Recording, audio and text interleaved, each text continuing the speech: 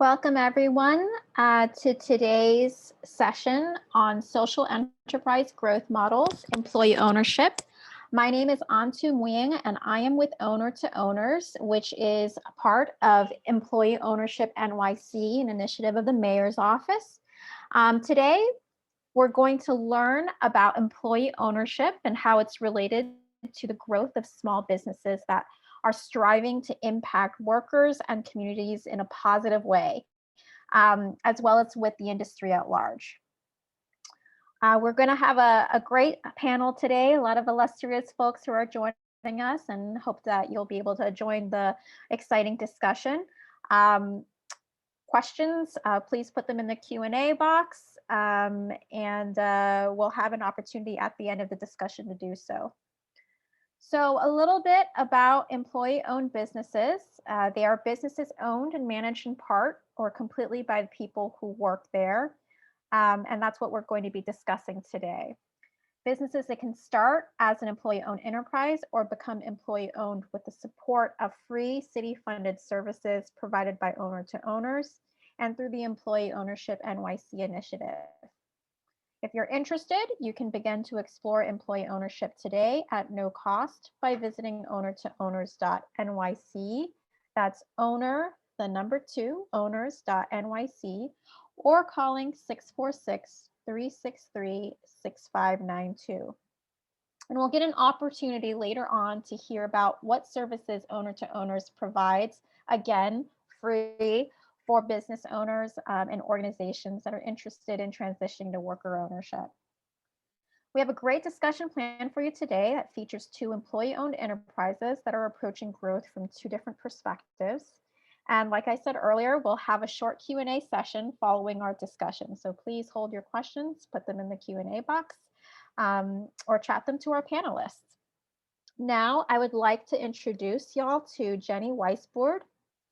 Jenny is the Associate Director of the Workforce Strategies Initiative at the Aspen Institute Economic Opportunities Program. Her work focuses on improving economic mobility and job quality for low and moderate income workers. She leads applied research and capacity building projects that support the development of innovative approaches to improving jobs and economic opportunities for workers. Jenny is the author of numerous publications and is a regular public speaker on workforce issues. So I'll pass it on to Jenny. Thank you for joining us.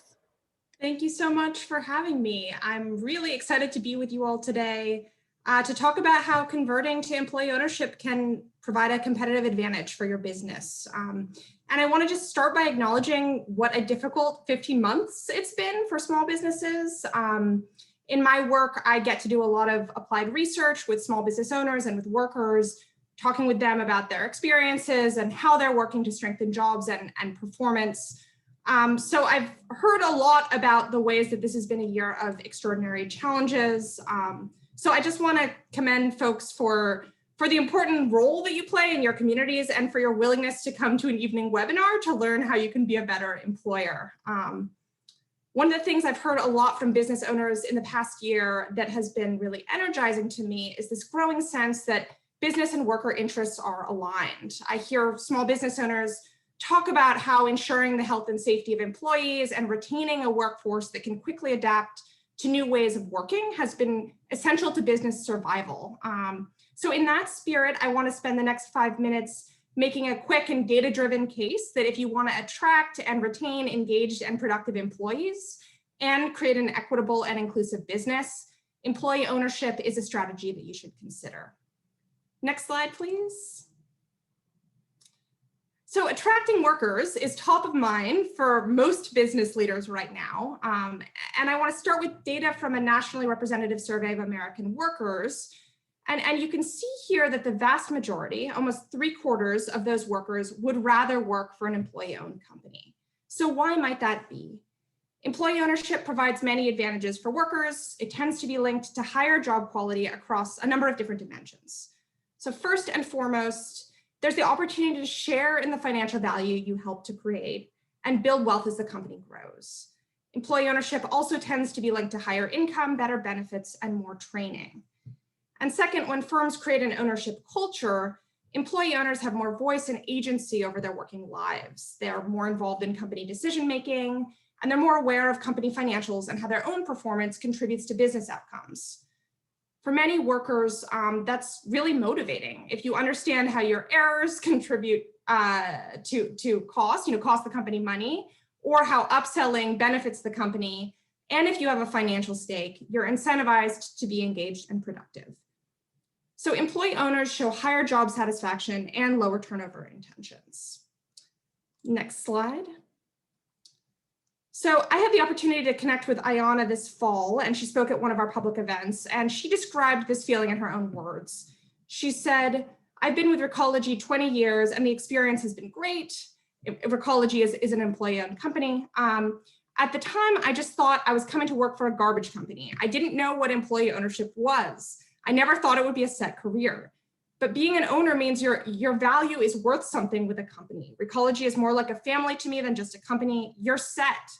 I look forward to retirement. You don't have to worry as long as you do what you're supposed to do as an employee and owner. This is our company, so we have to take care of it like it's ours. I think that really speaks to how being an owner can shift worker perspectives and engagement. All right, moving along to the next one. So employee ownership supports greater stability and resilience, both for workers and for businesses. This is data from a 2020 study that looked at one form of employee share ownership, ESOPs, during the COVID-19 pandemic. Sorry, I don't have co-op data, but I do think this study is telling.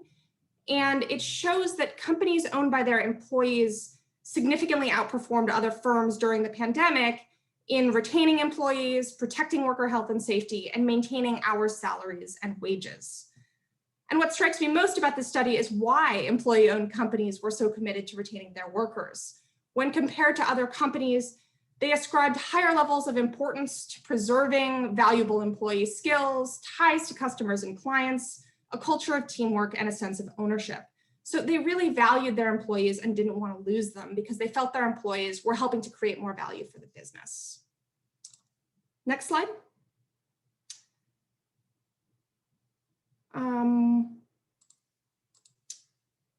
One more, if you advance one more.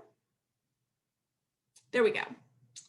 So the last year has brought heightened and overdue attention to racial inequity, including the striking and growing disparities in wealth between white households and households of color. In the US, white households have roughly 10 times the wealth of Black households. And one reason for that is occupational segregation. Workers of color, and particularly women workers of color, end up in jobs that pay lower wages and that have less access to retirement savings. So many business leaders are thinking about ways to strengthen equity and inclusion in their companies, including by helping frontline workers to build wealth. And a growing body of research tells us that employee ownership can play a pretty important role in closing wealth gaps by increasing access to retirement savings. This is recent Rutgers research that looked at the experience of low and moderate income workers across 21 companies across the US. In this case, again, it's ESOPs. Workers had a median ESOP account value of $165,000, which is nearly 10 times the savings of your typical American household. And while ESOPs didn't eliminate racial and gender wealth inequity, they made a pretty significant difference in terms of narrowing those gaps. And as you can see here, women and people of color reported wealth above the national median average wealth of peers.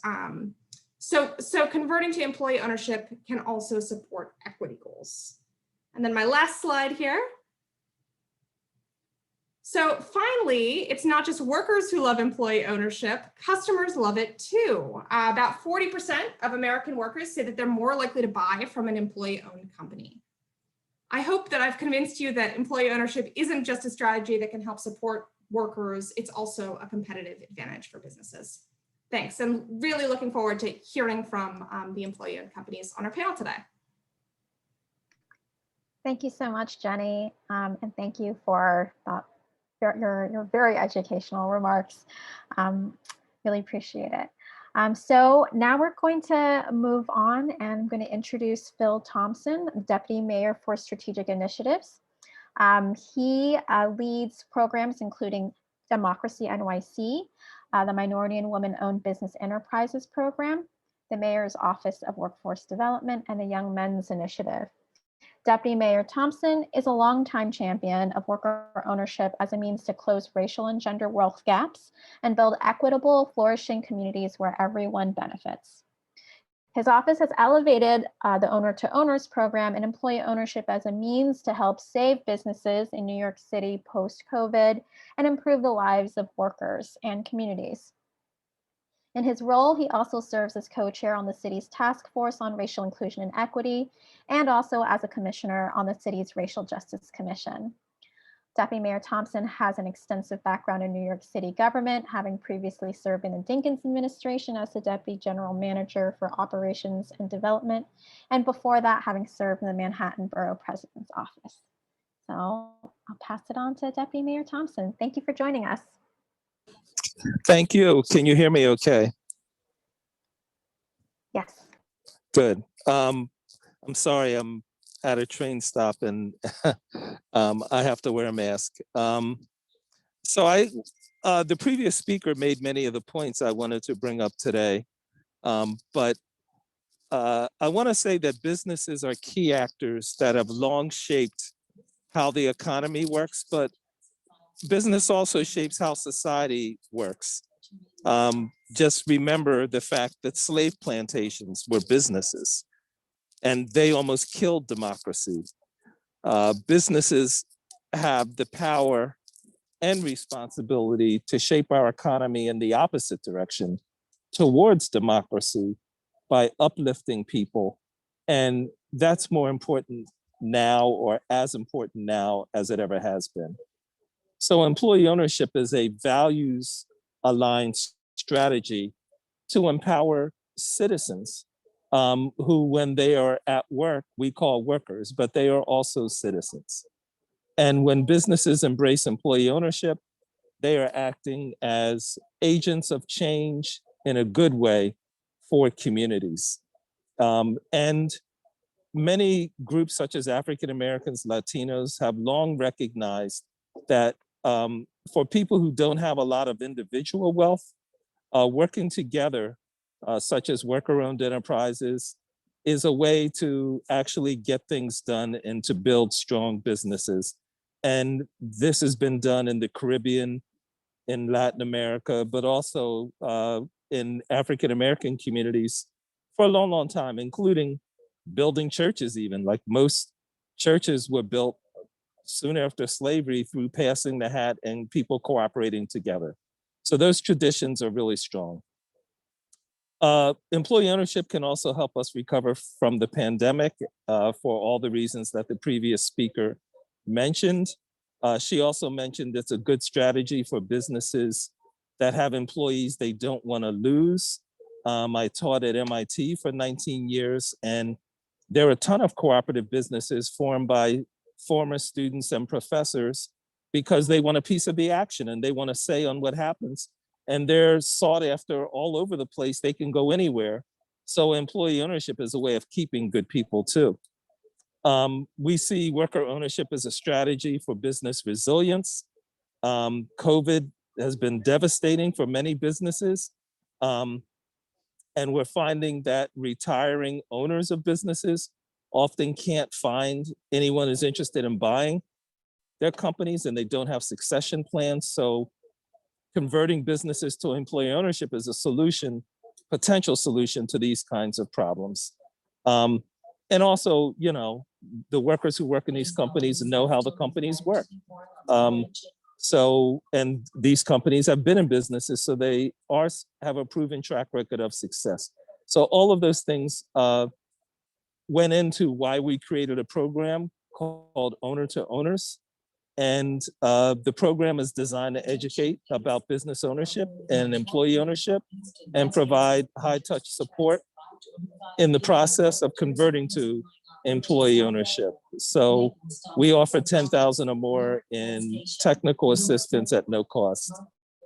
And we see this as a way to help try and preserve businesses and grow new kinds of businesses. In its first few months, the Owner to Owners hotlines has received hundreds of calls from business owners. And we've had over 27,000, visitors to our website. 128 businesses have been assessed for potential conversion to employee ownership, and 7 businesses are in the final stages of conversion to worker ownership. And 85% of the people coming into the owner to owners hotline were not previously familiar with employee ownership. So we think there's a lot of room to grow this approach looking forward. So with that, I'll close, and thank you very much for participating in today's event. Thank you so much, Deputy Mayor Thompson, for joining us and for sharing your very inspiring words on employee ownership and what it can do to truly lift up our city. So we'll now turn to our discussion, which will be moderated by Jen Lashansky, with Ken Lewis from the Drivers Cooperative and Ajaka Williams from Gilded as panelists who are joining her. Jen is the Chief Engagement Officer at Be Social Change, which supports organizations in the social impact space by leveraging Be Social Change's resources and community. She has a passion for partnerships and has been a valued champion of owner-to-owners work to help businesses drive impact and become more sustainable. I'll pass it on to Jennifer. Welcome. Thank you. Thank you so much, Antu, and thank you so much, Deputy Mayor Thompson. It was great hearing you speak. It is also an honor to be joined on this panel by Ken Lewis and Ajaka Williams. Thank you both so much for taking the time to share your insights and expertise on employee ownership. I want to start out by just saying that this event is specifically designed for social entrepreneurs, and I'm delighted to see many of whom I know in the participant list. It is great to see you and great to meet other businesses who are potentially interested in this really powerful structure for your business. So in order to learn a little bit more about that structure, would love to hear from you. We'll start with you, Ken, a little bit more about your work with Drivers Co-op. You are a founder of this incredible organization. Can you tell us just a little bit about it? Okay, guys. If I'm a little groggy, it's because it's been a week now. We're actually doing on-demand trips, and it's just been sort of crazy in terms of we've gotten very good responses, and still we have a lot of drivers who've come on, but in a lot of cases we still have to mesh this mass market.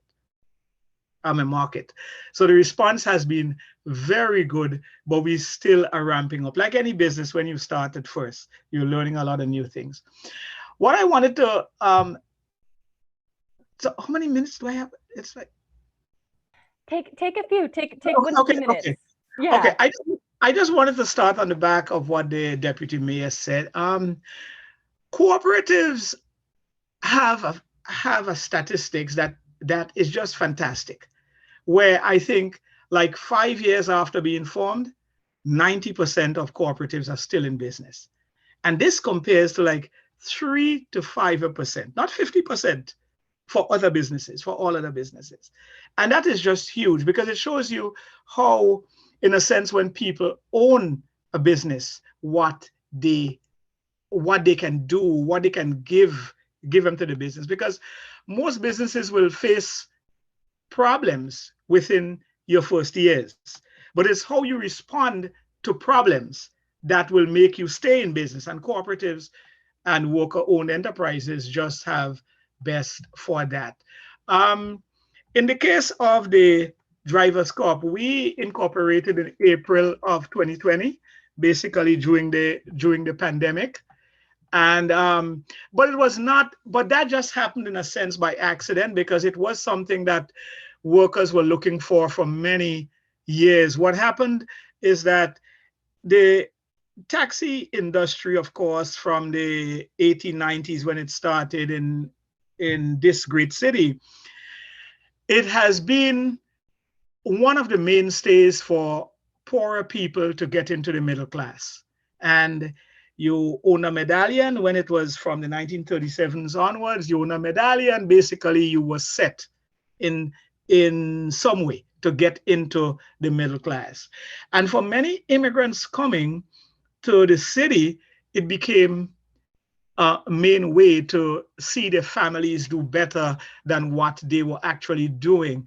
That changed first when they started to expand the amount of cabs and it started to be a race, but it really changed worse in 2011 when Uber came, followed by Lyft, followed by all of these rideshare, and the gig economy became really something. And what the gig economy did was provide a lot of benefits for users, for consumers, but at the same time, the people doing the work were in a race to the bottom.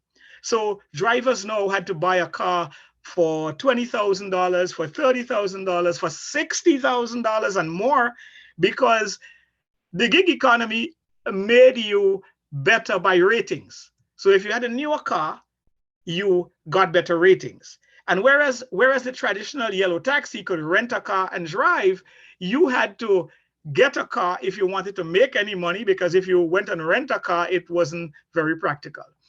And so many drivers since back then started saying, look, we can do this. The only difference basically is an app. And yes, it's a very good app, but it's an app. Can we do this? And people like Trevor Schultz from the New School had this concept of platform cooperatives, which is basically different from the traditional cooperative of workers on a farm coming together to buy it, workers in a small factory that is going bankrupt, buying it. No, the concept was that, look, because of the app economy and their use to skim off of the top of workers, it's probably even more possible now for workers to actually get in. The app costs a lot and marketing costs a lot, but it isn't impossible. And I think that was one of the intellectuals' inspiration for a lot of us. And so when you look at Uber and Lyft, you see companies that owned by Wall Street, but in terms of what they do to drivers, you see deactivations without due process. This great city had to put limits. So for instance, where drivers could make $1.10 per mile and 50 cents. And of course, the app paid just the bare minimum. I think VIA is paying a little bit more, but Uber and Lyft pay exactly $1.10 because it's mandated that you have to pay for each mile. And what you find was that with drivers buying cars and having to pay back huge amounts, and Uber and Lyft actually getting them into agreements with some of the most shady dealers, you had workers like my friend Walter, who was paying $1,900 for his car. And so recently at one of our meetings, when we were explaining about the rideshare and about success and how we are going to do this, Walter said, look, I don't care. You guys are successful already, because your arrangement with the Lower East Side Credit Union got me to refinance my car from $1,900 a month. I couldn't take a day off, he said. And now I am paying $465. So cooperatives, working with other cooperatives has been a major help. And it's difficult for cooperatives to get money. And that's why we have to have a different model to Uber and Lyft with all the equity capital and the billions involved and the speculation on the market. We can't do that, or we won't do that, because this will remain a cooperative. It's going to be difficult, but that's the kind of things cooperatives to cooperatives can do. And this is what we are doing in addition to what you see in the street. So we want to tell everyone here, work with us, take the Riders Corp, because when you do that, if you can, it's going to help workers in this city, because cooperative money stays in the area where they spend it. It's not going to some Silicon Valley investor. It's not going to Wall Street investors. It's going to be spent right back in your community, because drivers are family. So the more money in drivers' pocket means actually good for the city reviving. We just briefly, because I'm taking up too much time, democracy, respect, better pay, profit sharing. This is what brings, this is what a co-op brings to the ride sharing economy, as opposed to just this constant deactivation, disrespect that drivers constantly feel from these rideshare apps, even when they are making good money. Minimum wage pay I mentioned before, and platforms that take, we don't even know how much, from 25 to 40 and larger. It's here to stay because it's really good. You see, you've got to distinct between rideshare, which is just a progressive form of transportation, in the sense that you travel to the Bronx and you immediately know that someone is there to bring you back into Brooklyn or into Manhattan, which is really great, and it comes very quickly. But that has to be separated from the way the model has used and the extractive business model itself, which externalize costs and risk them to drivers. Drivers pay for insurance, which is $5,000 or more a year, because you can enter at $3,500, but because you're on the road so much, you will get tickets, you will get stuff like that, which drive up your insurance costs. We have been able to make arrangements, and we actually got our broker's license also, so we can look to get cheaper insurance for drivers as the cooperatives develop. And so what we see is that the average trip fare, for instance, which is 2024, I think this was 1917 or 1918 figures, but it hasn't changed a whole lot radically, of course, before the pandemic. And so driver will be earning $15 and the annual gross would be 44. But when you take in all the expensive from vehicle rentals and insurances and other things, the driver basically ends up with 21,000 after paying for gas and car washes to get the ratings and all of that stuff. We believe that if we charge less and we're able to get this double-sided market going, which is a really hard thing, because you have to have lots and lots of vehicles and lots of passengers to actually bring down wait times. We think we can improve drivers. We can improve the lot for drivers financially, but we also think we can do a lot more. I have had a lot of people who, a passenger in complaints and you're off of the app. And this means a driver who has to pay for his car and feed his family can't work for another week because they have to investigate automatically what is being said, and it's not being said quickly. And many times, over and over, drivers will tell you it's just a pissed passenger many times. Okay, I'm not saying that drivers don't do things too, but there are a lot of, but it's heavily one-sided how they deal with drivers. Can I jump in for 1 second? Yes, of course. Yes, I think you have so much great information that you're sharing about this employee ownership model, and specifically about the drivers co-op. I'm particularly intrigued by leveraging community and leveraging the team, right? That a co-op, you're able to work together with other organizations and you're able to change the model in significant ways. And so I hear that you're able to both change the game for the drivers as well as for the riders, who might also be receiving a better share. It's quite incredible to hear. And I do want to come back to this in one moment, because you're bringing up a very important question about, like, how do you handle issues? And you said at the very beginning that cooperatives really give us an opportunity to change how we respond to specific issues. I want to come back to that in one moment. But I do want to make sure that Ajako Williams, who's the amazing program manager at the Freelancers Cooperative Initiative with Gilded, also shares a little bit about that model so that we can jump into that conversation together. Thank you. Yeah, hi everyone. Thanks for the wonderful introduction. My name's Ajaka, and like Jen said, I'm the project manager of Gilded, which is a freelancer cooperative.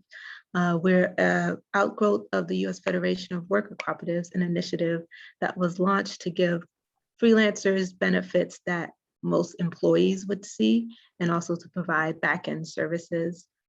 Ken brought up a really good point in terms of what the economy is doing to workers, and another segment of workers like drivers who work on contract that are been highly exploited by platforms and apps have been freelancers, freelance contractors, freelance artists. Also taking into account that a lot of our workforce is shifting from traditional full employment and part-time employment to contract, more gig-like work. the Federation saw this as an opportunity. How do you kind of guard off some of the pressures that the market is applying to workers through a cooperative? And so we're modeled off of Smart Co-op in the European Union with the goal to bring cooperative principles to freelancers so that they can help build an organization that incorporates their decision-making, their governance, and also rewards them financially and supports their immediate needs, navigating a market that, like Ken really brilliantly put, is pretty much designed so that the clients get what they need and then the workers just have to figure it out, which is actually the beauty of a combination between platforms and cooperatives, because we get to turn the model on its head. Just because something is digital doesn't mean that it has to be extractive. And having the Federation here, which is doing for the what the Federation is doing for Gilded is similar to what I imagine owner to owners can do for other employee own transition, is give you kind of the baseline of how you go about getting the technical assistance and the knowledge in order to do build up your business.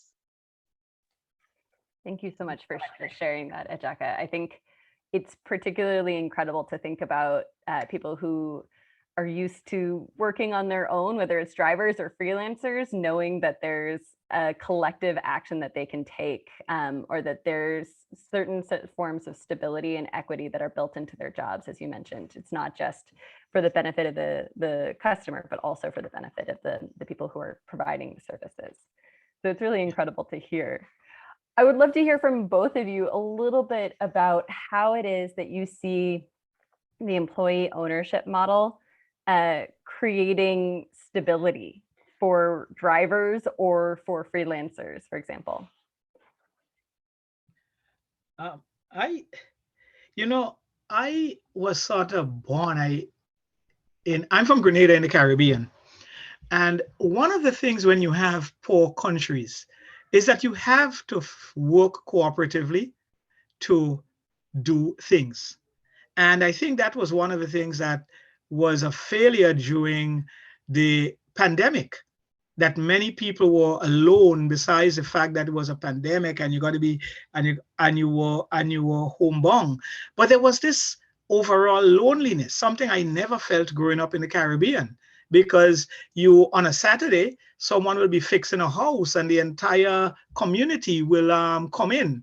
And I'm hoping, even if this is a large city, but I am seeing a sense of community that is building among drivers that is just totally different.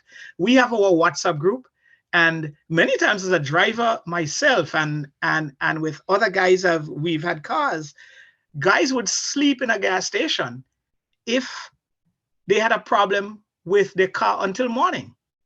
Now on our chat, you see it all the time. Anyone is coming south on 75th?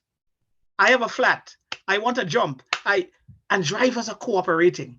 Something that is basically that, it kind of, I don't understand why multi-billion-dollar companies could not have vehicles that would support their drivers in the street, but they don't. Well, we have to fight for our tips. So when you do that, you can understand the model we are dealing with. That is the collective, like bringing together people and working cooperatively is in and of itself part of the social impact of this model, right? Especially for our social entrepreneurs who are here thinking about this from their own business, that it's actually built into the very core of how we interact with each other. That's amazing to hear. Thank you so much, Ken. What would you say, Ejaka, regarding how it stabilizes the experience of freelancers? I'd say because cooperative models or employee ownership models have it scribed into their bylaws, who gets to make the decision making, who has the decision making power and what type of decisions are able to be made. It's really hard for a business model that then is extractive of those people to get anywhere. So by default, the business model from the jump has to be, or from the beginning, has to be one that, adds value to the work that the worker is doing instead of extracting value. In addition, cooperative models typically sometimes have patronage accounts that allow freelancers to benefit from the profits that the cooperative is generating. And so that provides another area of stability. So as the company does well, freelancers, members can see returns on the energy and work that they're putting in. And so you have these two forces, but making sure or ensuring that there is a higher baseline of financial stability than you would receive in a business where, you know, they could go out and make a business model that extracts from the labor, and there's no one to tell them that's not beneficial other than the shareholders, and the shareholders want that because that means more profit for them. But when the workers are the shareholders, like they generally are for cooperatives, then you can't take from one and give to the other because they're the same person. That's incredible. And too, we got the chance to speak yesterday, Ajaka, and you mentioned a little bit too that there's even stability built into how freelancers receive their payments, and knowing that they're going to be supported if they're, you know, if a company is running behind. Would you be able to share a little bit more about that? Yeah, so Gilded operates on 3 tiers. We try and provide worker benefits through healthcare access, also tax preparation, administrative support through helping writing contracts. So freelancers have use to our legal resources to make sure that they're protected when they're interacting with their clients. And we provide financial stability by providing payment advances and also payment guarantees. So freelancers and independent contractors are an interesting form of worker. They're like part business and part self-employed. And so they have even less access to financial resources, and also access to forms of financial stability. So when they're waiting for their contract payments to come through, as a user and member of Gilded, we're able to front them as long as we process their contract for them, a portion of the amount that's due, so that they can have a little bit more stability and plan a little bit more. In addition, you know, if their client is late for a payment, Gilded's able to front that money as well.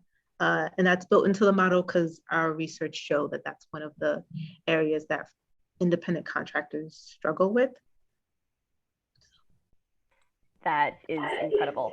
As a former freelancer myself, I just want to say a huge thank you for doing that work. It's really incredible to hear.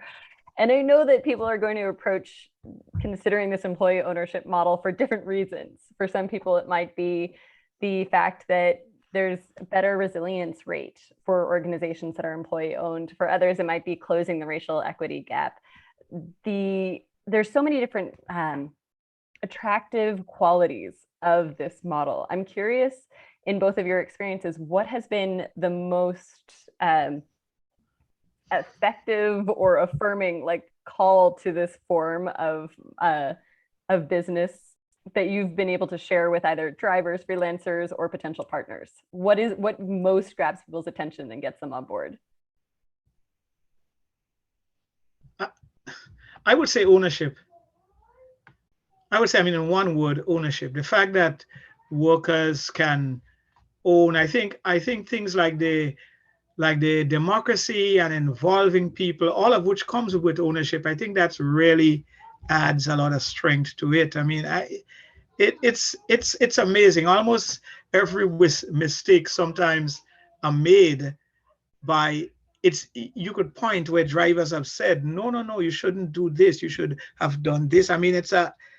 It's amazing. And so, people like myself consider this a real learning experience. Despite of all the education you've done and the MBAs and you actually are in school in terms of how the differences and what diversity brings to this. That's incredible. Ownership. Yeah.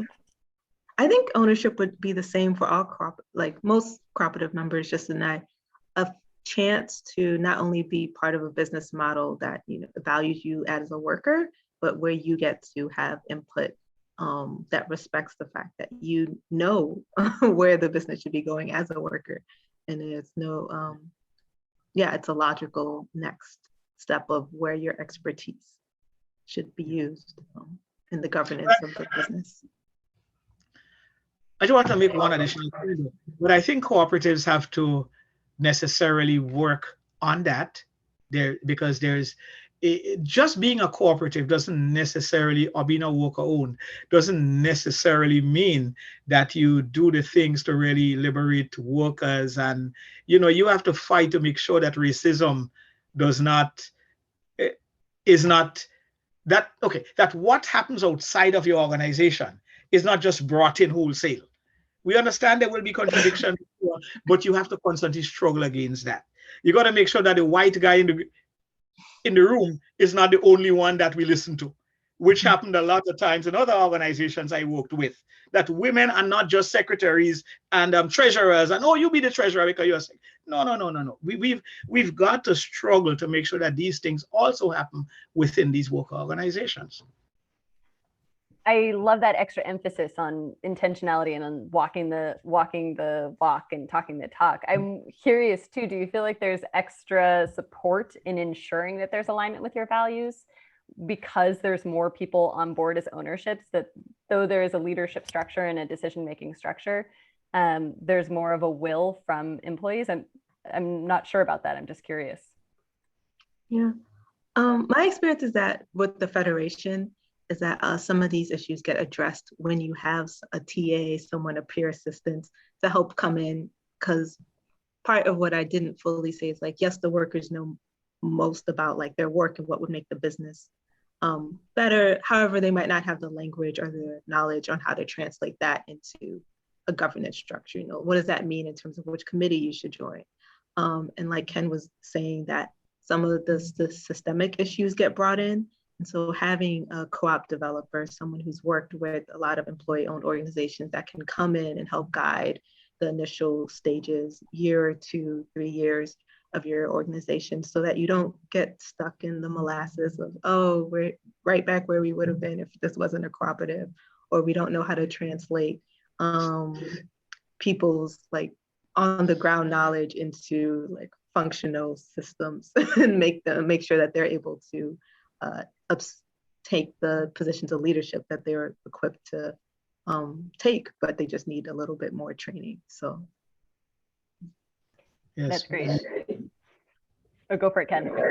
No, I was just saying that yes, that's something that you, because when we started first, a lot of some of the drivers who started was like, yeah, let's, you know, this is my chance to make millions, you know, let's open up, get some equity capital and, you know, do this and, you know, and create another. And we had to say, no, you know, let's temper.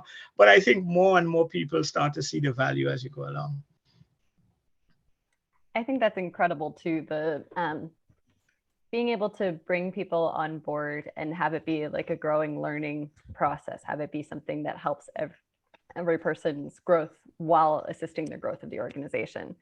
I feel like too, Jacko, what you mentioned, it's a really great pitch for owners to owners and for people to take advantage of this incredible service that the NYC government is offering. So I don't know if somebody can pop that link in the chat again, but definitely just want to make sure that that's a resource on people's radar. And before we conclude this panel, and I do want to say that there will be time for Q&A, so if you've not already done so, please be sure to type into that little Q&A box any questions that you have for our panelists or for any of our speakers.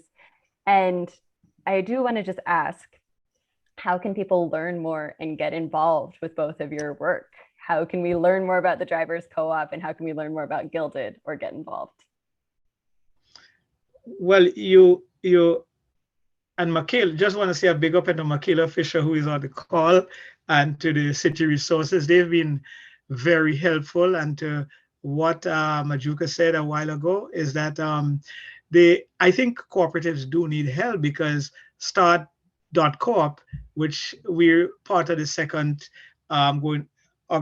cohort, they've been just very helpful to make us review. So I think that's a really, really good point you made. For us, of course, you drivers.coop, you go to the site, you can download the apps, and unlike what the post said, we do pay sales tax. We expected those kind of hits, but it doesn't matter, you know? So. That's great. I've already emailed drivers.coop to every person I know in New York City, so I'm excited. I hope you're going to get a lot more users from this conversation. And Ajaka? If anyone wants to find more information about Gilded, you can visit us at gilded.coop. That's spelled GUILDED.coop. Or you could email us at members with an S at gilded.coop. So I will drop the link again in the chat. Thank you both so much for sharing your expertise and your wisdom tonight. It was really a pleasure hearing from you and learning more about the employee ownership model through the experiences that you've had on the ground. I'm very excited to continue to watch drivers.coop grow and to send lots of folks toward Gilded. We have a huge community of freelancers. And so really appreciate it. And without further ado, I'm going to turn it back over to you, Antu. Thanks so much, Jen, and thank you so much, Ken and Ajaka, for joining us today. Congratulations, Ken, on the launch of Drivers Co-op. I've been hearing about it literally for years now. So I'm so excited to have it launch and so excited about the launch of Gilded as well, Ajaka. So I hope that this is, like really inspiring folks to think more about worker ownership as an option for your business. And we're now going to turn it over to Julian McKinley, who is also with Owner to Owners, to give us more information on what that means and what Owner to Owners is. Thanks so much, Antu. And thank you all for those great comments. Ken, I've already got the app downloaded on my phone, ready to take a ride. Really appreciate all the great conversation. Thank you, Ajaka and Ken and Jen for leading that. We're especially appreciative of the remarks as well from Jenny from the Aspen Institute, Jenny Weisborn, and Deputy Mayor Phil Thompson. The benefits to businesses, workers, and industry we heard today from both Ken and Ajaka are achievable, and Owner to Owners is here to help you reap those benefits. So we've heard today firsthand how employee ownership supports business growth, stabilization, improves efficiency, and rewards all employees for the contributions that they make to business success. And transitioning to this model can provide you, business owners, with a fair market price for the business that you've built. Along with that value, you can benefit from significant tax breaks as well. It also preserves jobs and improves business operations. And so Owner to Owners, next slide, is an Employee Ownership NYC initiative. It's a city-funded program designed to ensure that you, business owner, employees, the community, continue to benefit from the incredible businesses that you've built. We provide a complete range of services to businesses and to business owners and employees at absolutely no cost. We'll help you determine if employee ownership is the right fit for your future and the future of your business. If it is, we provide services like business valuation, access to capital to execute the sale, training and education for founders, managers, and staff to support a successful ownership transition, and much, much more you'll see on the screen. Next slide. So find out if employee ownership is the right fit for you and your business. You can give us a call today or visit ownertoowners.nyc. That's owner, the number 2. Owners.nyc. Again, all of our services are offered at no cost to business owners and employees. So give us a call directly or visit our website. We're happy to answer all of your questions. Today, also during our Q&A, we can answer some questions as well alongside our panelists. We have David Hammer, the Executive Director of the ICA Group, which has decades of experience guiding businesses through this transition to help answer some of those questions. Thanks so much, Antu. Thank you, Julian. And so now we're moving on to our Q&A. Thanks to all who have shared your questions so far. And if you have any other questions, please do add to the Q&A chat. Questions can be directed to panelists and also to David Hammer from the ICA Group, as Julian noted. ICA Group provides technical assistance for free through Owner to Owners to businesses that are interested in converting to worker ownership. So we'll start with first question, which is this is for David. What is a typical way for an employee-owned enterprise to handle HR, if that term applies, such as things like hiring, firing, and so forth? Sure. Thanks, Antu. And thanks for that. This presentation was really fantastic. So I'm really happy to be here, and this was a really wonderful thing to hear. In terms of HR, and so some folks don't use that term. They feel like it's, so that's a, but even if you don't use the term HR, it's about sort of employee relations, employee, those are really important issues. And I think there are, probably three things, that I would just say like around that are important. So one is something that Michaela mentioned in the Q&A chat is, there's sort of three parallel systems here. There's like a governance system, a management system, and then like kind of the HR system, which is a little bit separate. One of the things that we really stress especially when companies are transitioning from a conventionally owned or a closely held business to becoming employee owned, is that it's hard to change a lot of systems all at once. And so we don't necessarily encourage folks to change overhaul a management system if that management system is working. Now, sometimes management systems aren't working and they do need to be, changed. But we really help folks focus on like a governance system, a governance transition, which is really around how you're thinking about overall strategic planning, the board of directors, and shareholders, and how those folks, how management or leadership, the board and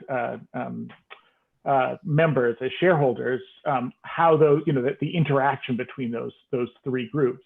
But you also, we tend to have in employee-owned companies more participatory or democratic or accountable management systems in place. And as Michaela mentioned, the Democracy at Work Institute just put up this great, fantastic report on democratic management.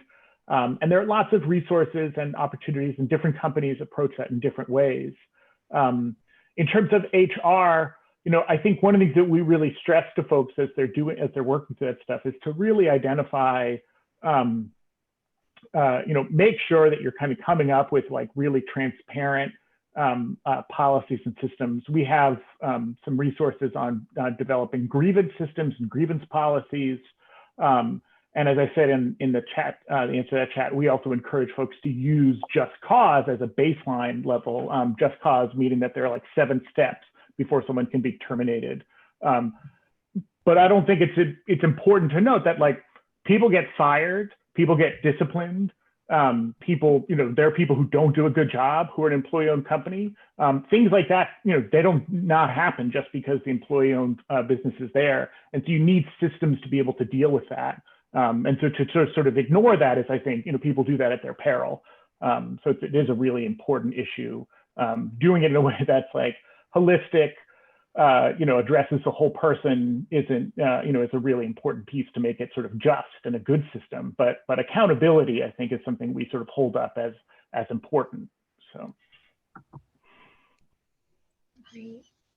Thank you, David, for that very thorough response. So the second question is, how does an employee-owned enterprise handle the transition of a new employee from non-owner to part owner? I think this is also another good question for you, David. Yeah, I'm happy to answer this. I would also, be, curious if other folks who have, are in, worker co-ops, how they do that. Once again, one of the things that we, really stress with folks as they're, whether it's a new person coming on into an existing worker cooperative, or if it's a business that's transitioning from conventional ownership to employee ownership, the real central part of this for us is, for success is about education. I mean, it's one of the 7 cooperative principles is around education. And the idea that people really need to be engaged around what it is to be an owner, what it is to, what does that mean? And we use a framework, and I'll give credit to the folks who sort of designed this group, Ownership Associates in Cambridge, Massachusetts. But there's this framework around that if you go to their website, there's some really interesting stuff on this. But it's really this notion of like rights and responsibilities. so we sort of talk about these different models of what does an ownership, what does ownership mean?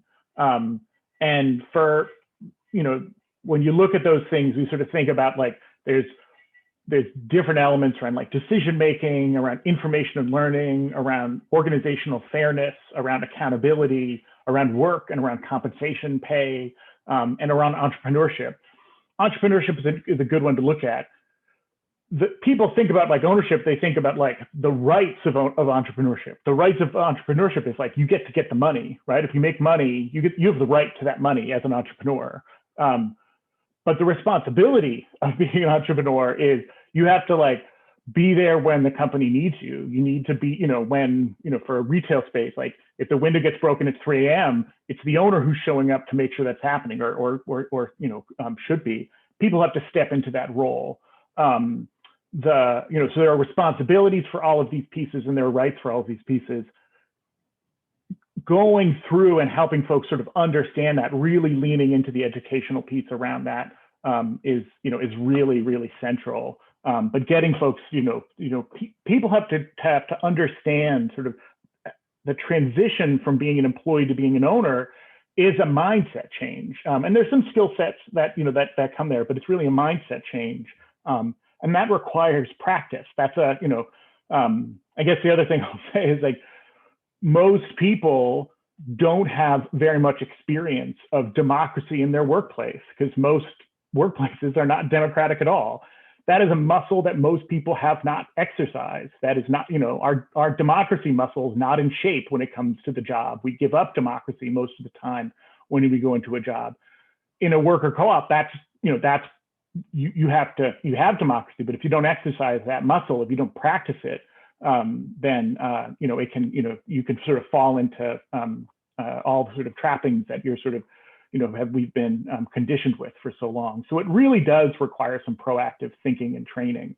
And there are great organizations in New York City who can help folks do that. And that's one of the in addition to Owners, which is part of this worker cooperative business development initiative, there are a number of nonprofit organizations throughout New York City who can help train around that, in addition to the folks who are part of Owners. So great. Thank you, David. So we probably have room for just one more question. And I want to direct this to Ajaka. How can we connect worker cooperatives with greater social justice movements and how worker cooperatives can serve as tools for economic and worker liberation? And others can, David, if you want to engage with that as well, please do. Wow, that's basically the question that organizations like the Federation and DAWI are exploring. In Gilded's case, we're doing it through our business model. So through our business model, part of it is that we allow freelancers to have financial stability so that they have the spaciousness to start to be more engaged with policy issues that are relevant to them. So we are working in conjunction with the Freelancers Union. They launched a campaign in 2017, Freelancing Isn't Free.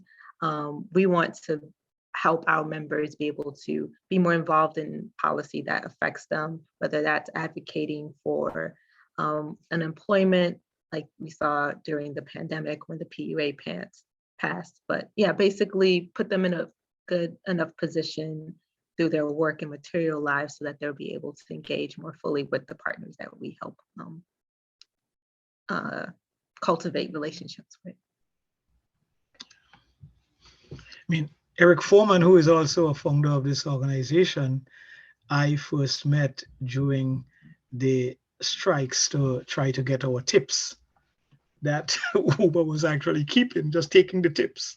So during that time is when I met people as Eric. But in addition, we have this solidarity model where David, who is one of the brilliant young men that came on to the co-op, meets with churches and community groups and that sort of thing. And we have had a lot of support. There is an objective need because there are many transit deserts in New York City, but it's also this sort of a solidarity movement that has also helped us last so long in the planning, because we couldn't do it without support from them.